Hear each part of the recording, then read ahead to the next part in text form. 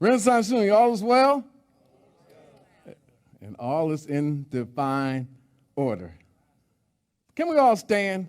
And I just want us to affirm our life focus. And it's something about those songs and Brett's testimony this morning that took me on a different path from when I woke up this morning. And so I'm going to ask you to bear with me. Can you do that this morning? And I think we're going to go some places. But Brett was pretty challenging. He said, don't play small. Can we say that? Don't play small? Now, personalize it. I will not play small. Ooh. Ooh. I'll go for that. So let's repeat this affirmation. It should be up there. I want to live a resurrected life. I want to rise up every day with enthusiasm, excitement, and expectancy for the manna in the field. I shall live in the Forcefield of enthusiasm, excitement, and expectancy. Now I want you to shout out, I got to get in. I got to stay in. I got to live in the Forcefield. And may the force be with me and be with you. You may be seated if you want to.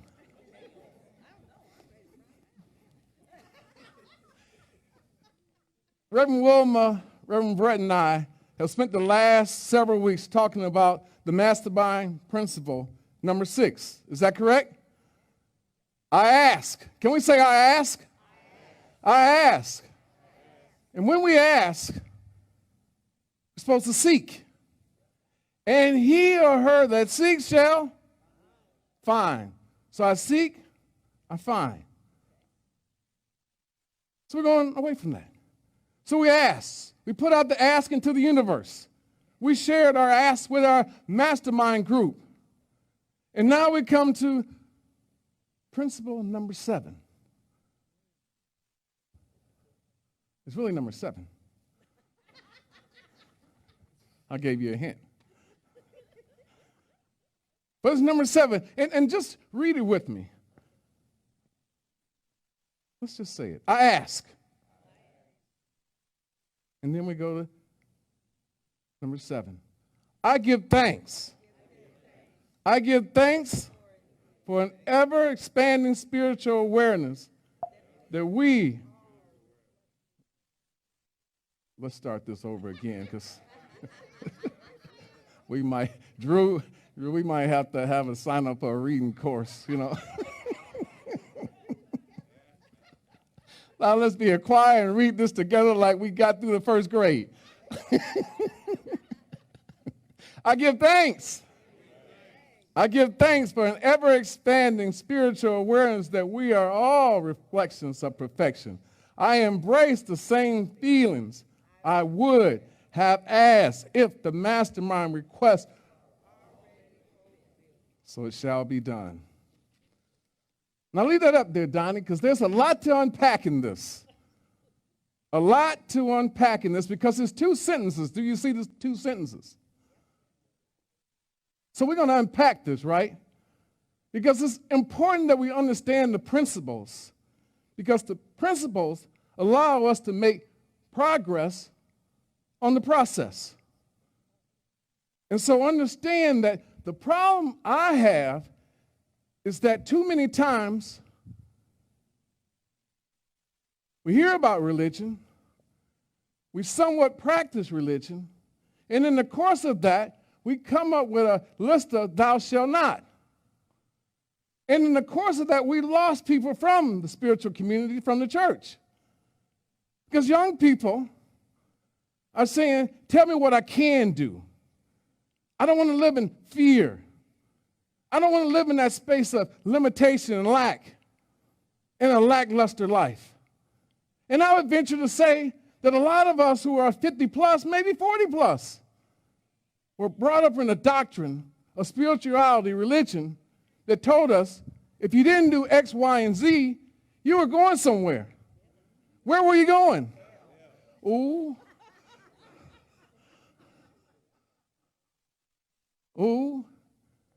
And when you tell somebody you're going to where, it brings intense fear, intensified fear, and it limits what you allow yourself to be, do, and have.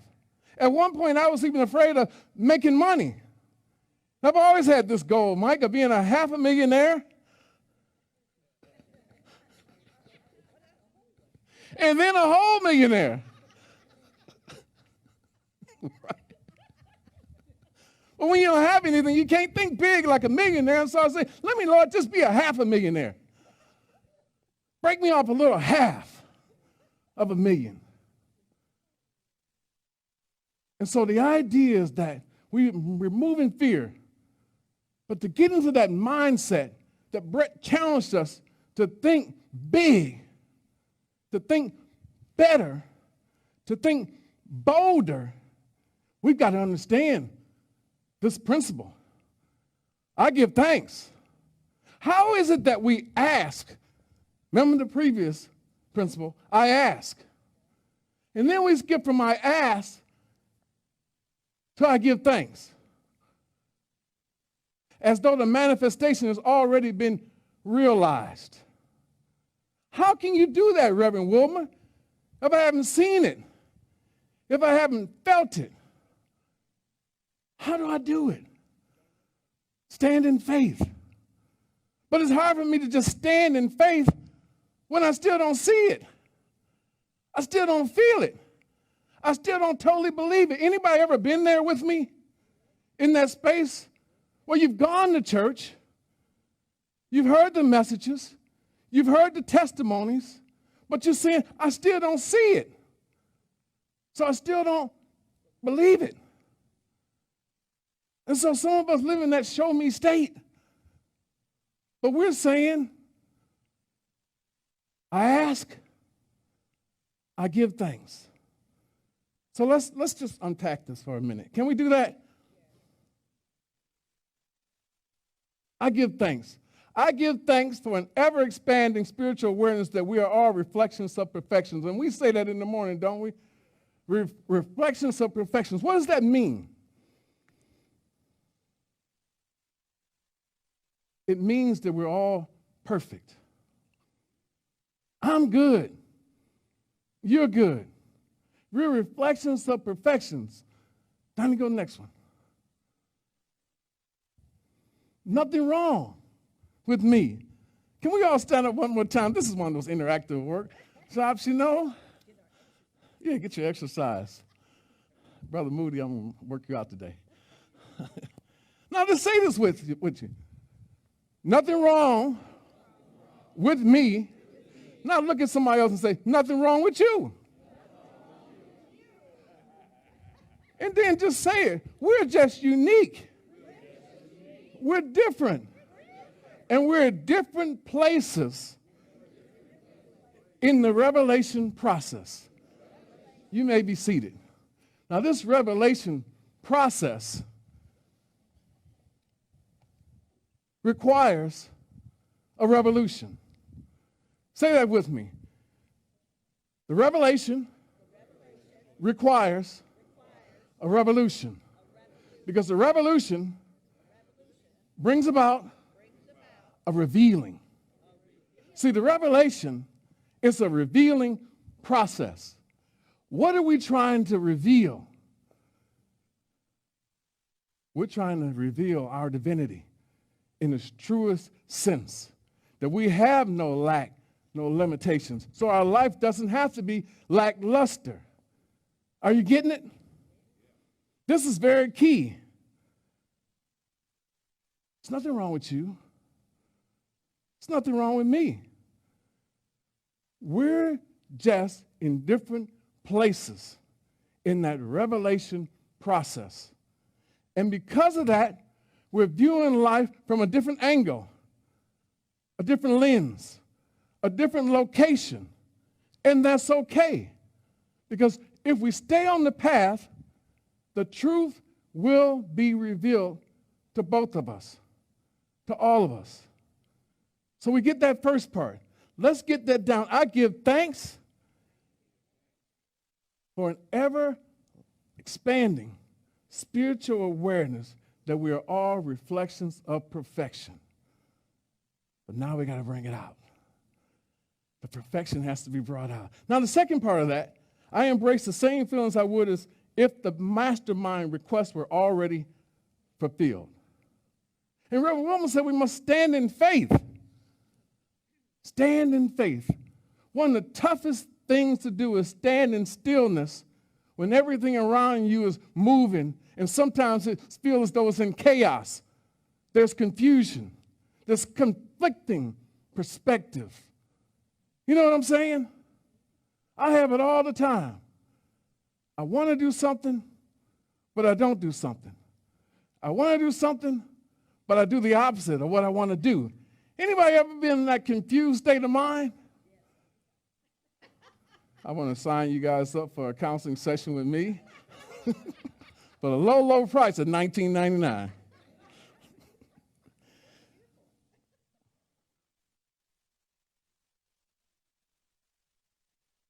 Lean in. I embrace the same feelings I would have as if my mastermind requests were already fulfilled. What's the feeling? It's gratitude. Gratitude, Donnie. The feeling is one of gratitude. Can we say gratitude? Gratitude. Why? Because surely goodness and mercy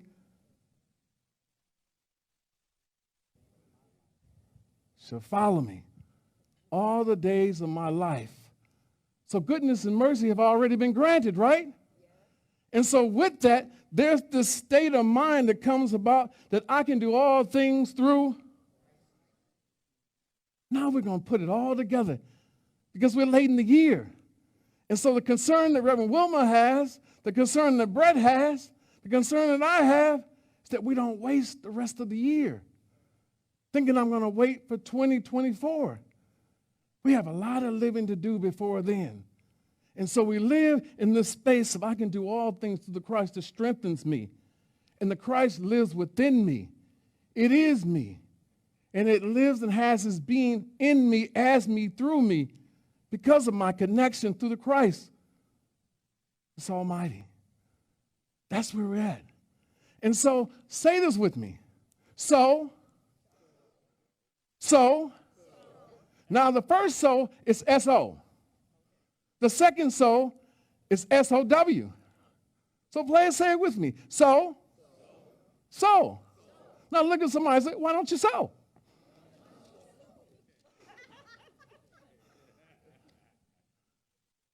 See how that goes? So. And how do we sow? We sow filled with the Spirit. Because the Christ Spirit allows us to move forward. And how do we move forward when we know we're filled with the Spirit? We do so with a spirit of enthusiasm, excitement, and expectancy. How many of you have a mastermind journal? Raise your hand. Captured at the end of the steps, in the middle, it says, I proceed in the spirit of enthusiasm, excitement, and expectancy. That's not a footnote. That's part of the process. It's the end of the process, and it tells you how we're supposed to approach this thing that we call life and living life at a higher and higher level of consciousness. And with that consciousness is confidence. Can we all say, I have confidence? No, you don't saying it like that. Now say it. I have confidence because I have enthusiasm, excitement, and expectancy. Now here it is. With that mindset, we find favor. That favor comes from knowing that what we seek is identification with the oneness that is the Christ. And that oneness puts us in spirit. In spirit allows us to be in unification with the Christ consciousness. And with that unification, there's an elevation. In that Christ consciousness, we keep moving up, and up to a higher and higher level. And so we bring ourselves out of the bottom to the top. Is that pretty deep? Are you getting it? Because if you get it and you got it with you, you're going to go higher places. And that's where we want to take you. Higher, higher, and higher. We don't want to fill you with thou shalt not, because we want you to be in an ever-expanding, ever-enhancing mindset that I can do all things through the Christ Spirit that raises me to a higher level of awareness and consciousness, confidence, enthusiasm, excitement, expectancy, and energy. That's where we are today. I'm remembering a story. And how, if we go back to that first sentence, Donnie, of that principle, and we see so much in it. We see so much in that first sentence. I give thanks. I give thanks for an ever-expanding spiritual awareness that we are all reflections of perfection. Sometimes we don't feel like we're perfected in any kind of way, do we? Sometimes we feel like something is missing. Sometimes we feel like we're the destitute. We're the widow. We're the foreigner. Say that with me. The destitute, the widow, the foreigner. All of us go through these phases in life, these stages of life, where we emulate one or all of those three. You ever felt like you're the destitute? Like I just don't have what it takes to move to the next stage, to take the next step. I feel like something is missing within me, around me, like I don't have enough. The destitute, the widow. Anybody ever been a widow? Not just because you lost a significant other, a family member, a friend, a parent, significant other. But I had this sense of loss, and because of that, I'm a widow. I lost something in the process of living. Somewhere, something that I had a full grip on. Maybe it was my health. Maybe it was my strength. Maybe it was money. I lost it. And when I keep looking back at my life, I become a widow because I'm mourning the loss. I'm still in a state of grieving as though I'm the widow. Anybody ever been the widow before? All of us have. And then there's the foreigner. I just don't have a sense of belonging in this place that I'm in. I don't feel like I'm supposed to be here. I'm not welcome here anymore. And I know I'm supposed to elevate and do more. The foreigner. Reverend Wilma, this reminds me of the relationship between Ruth and who? Naomi. Ruth and Naomi. Ruth found herself in a situation when she was destitute.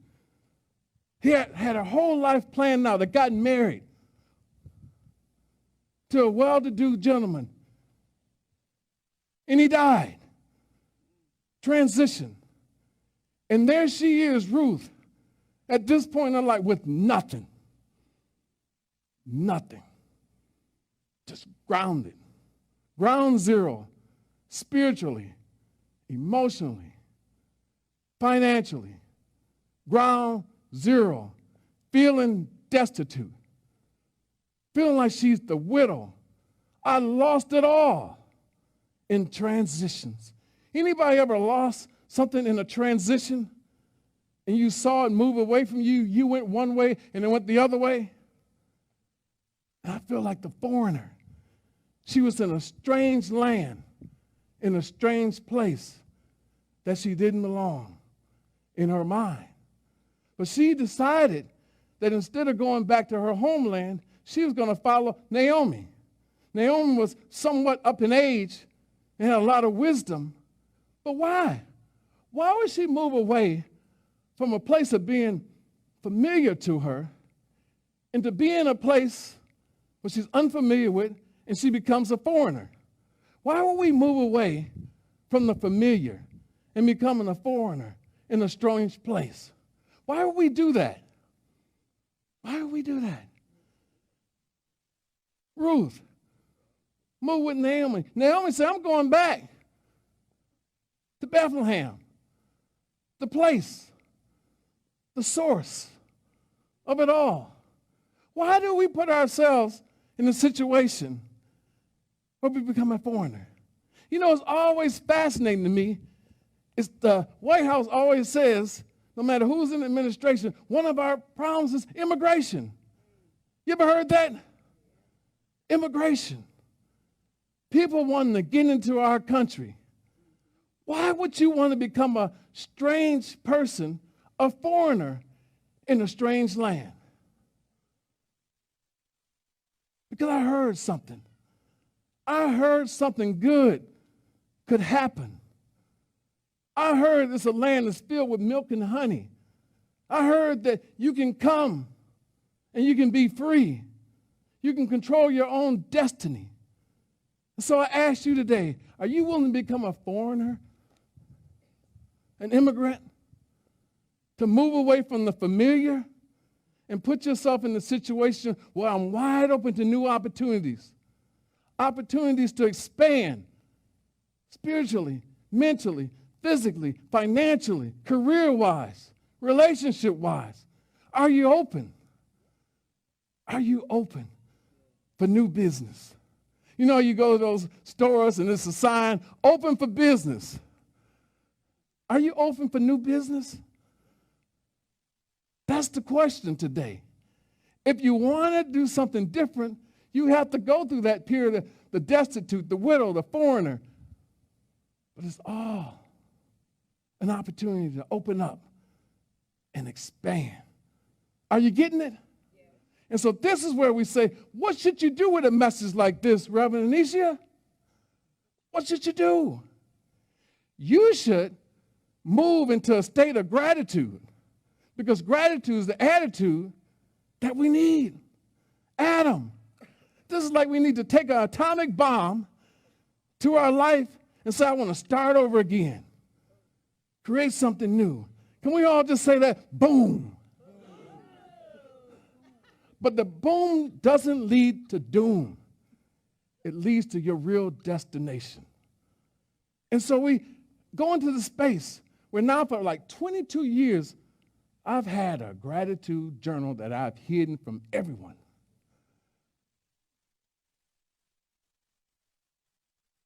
That's too much business. She said, can she see it? But for years, I did hold it sacred, but I also was ashamed of it. Because I was raised to think that men don't have diaries. But we can. Any men have a diary? Oh, y'all want to play the masculine game. No, I don't have a diary. I have a journal. I have a notebook where I keep my thoughts. Get out of here. It's still a diary. Emily, it's still a diary.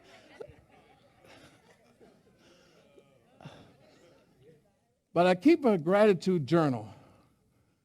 And it's in my car. Because I need to be prepared for what I may run into that could be a distraction. And that distraction could be devastating if I don't have that journal of things that make me grateful and put me in that spirit of gratitude. And so it's got thousands of entries of little things that make me smile. Do you have a gratitude journal? I know you do, because you're good and grateful. But think about that. Why not? I keep telling you every week that life comes at you fast and furious.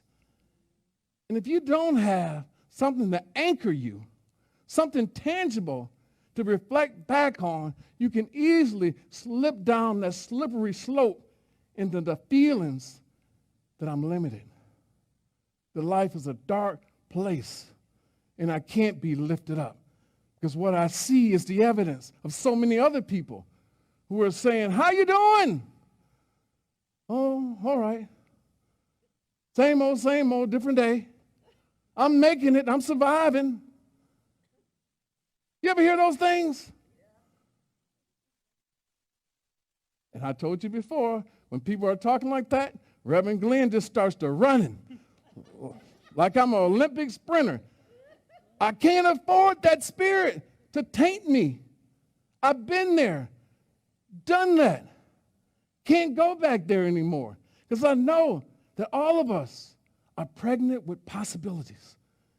And those possibilities bring about potential to seeing a light, to seeing a new height that we've never seen before.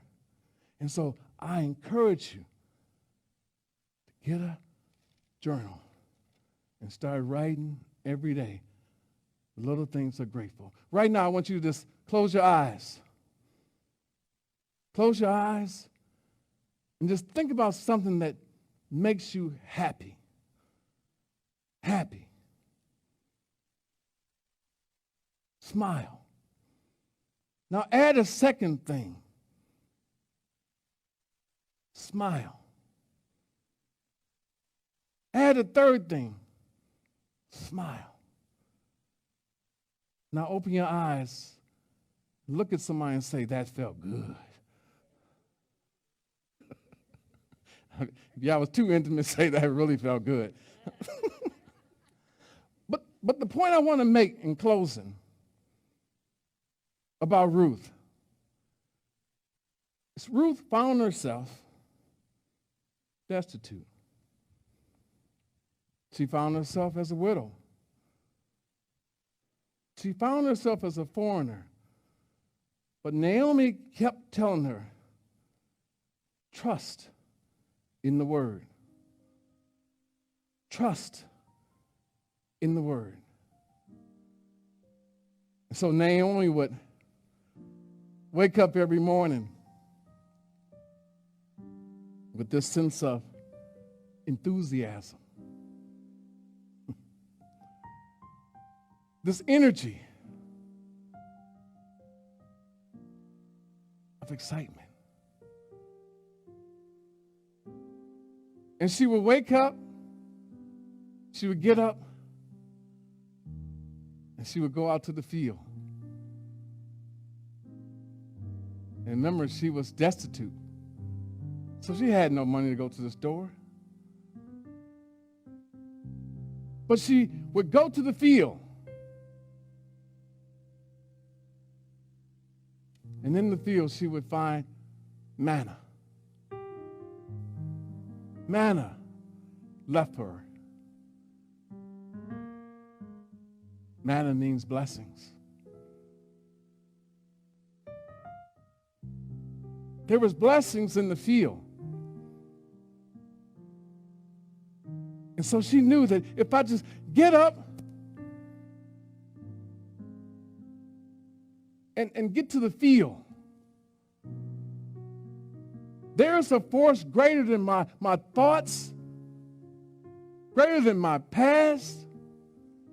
If I just get into this field, this force field, favor would be mine.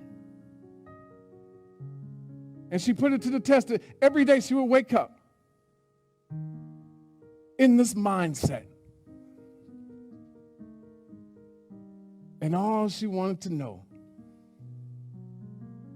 if I do this consecutive days, every day of my life, if I wake up if I get up with enthusiasm, excitement, and expectancy, and just make it to the field, this force field, will it pull me in?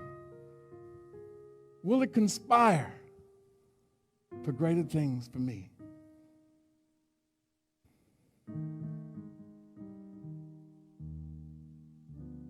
Believe me, I understand that life will give you detours, delays, and distractions.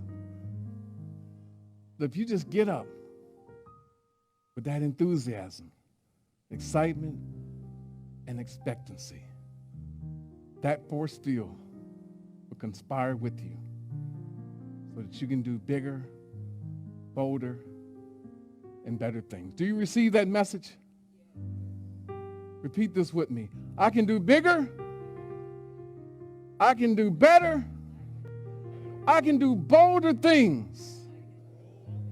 Because bigger, better, bolder is my divine ministry and prophecy.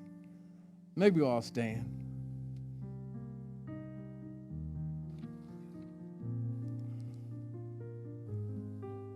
It's the manna, the blessings. But the manna requires a manner, a mindset that goes beyond human thinking into the spiritual realm. And so let's say this together. Get in the field. I need. Say it.